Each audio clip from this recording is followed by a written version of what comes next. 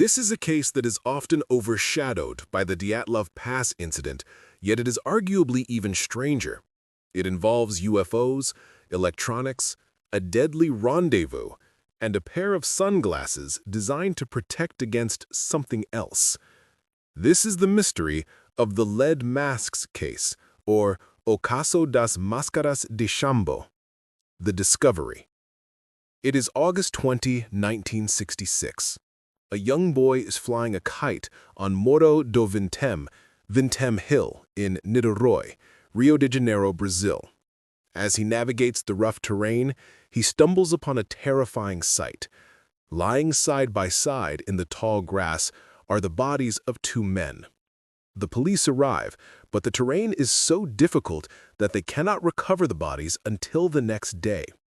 When they finally process the scene, they find no signs of a struggle, no blood, no weapons, no apparent violence.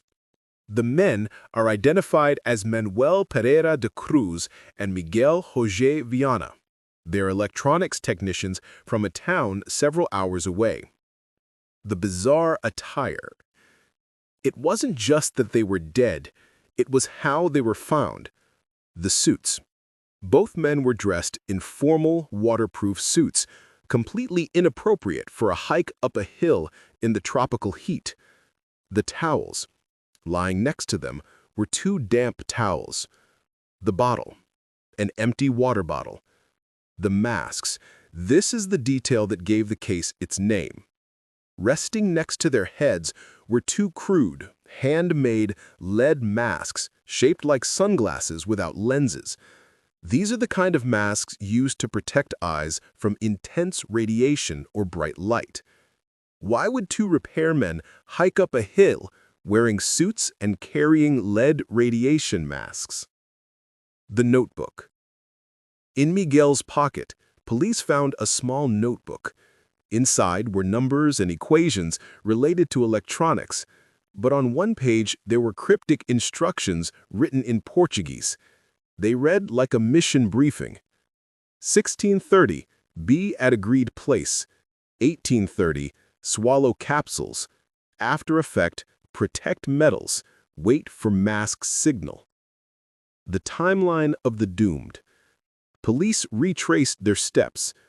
On August 17th, the men told their families they were going to São Paulo to buy electronic supplies and a car. They had a large sum of money, roughly $1,000 today. They arrived in Niterói and stopped at a shop to buy raincoats, the waterproof suits. The clerk said they looked nervous and kept checking their watches. They went to a bar and bought a bottle of mineral water. The receipt was found with the bodies. A witness, a guard near the hill, saw them walking up the trail in the afternoon. He noted they looked like they were on a mission. The theories. The autopsy was a disaster. Due to the delay in retrieving the bodies, the organs were too decomposed to test for poisons.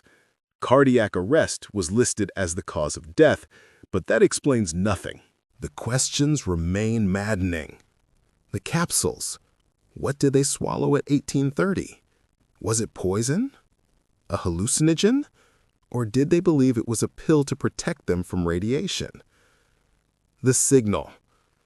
The note mentioned waiting for a mask signal. The men were obsessed with scientific spiritualism, a niche belief system that mixed electronics with contact with extraterrestrials. Did they believe a UFO was going to land? The lead masks.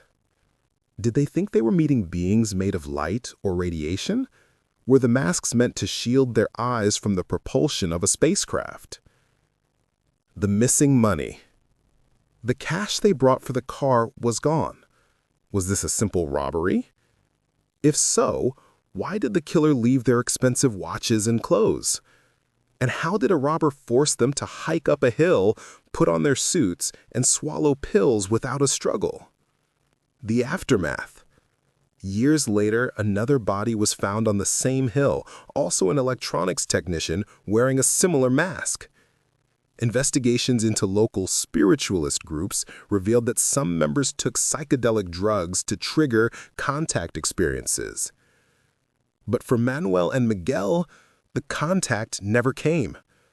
They walked up a hill, put on their suits, checked their watches, swallowed their capsules, and lay down in the grass. They put on their lead masks to protect their eyes from a light that never appeared and simply waited until they died.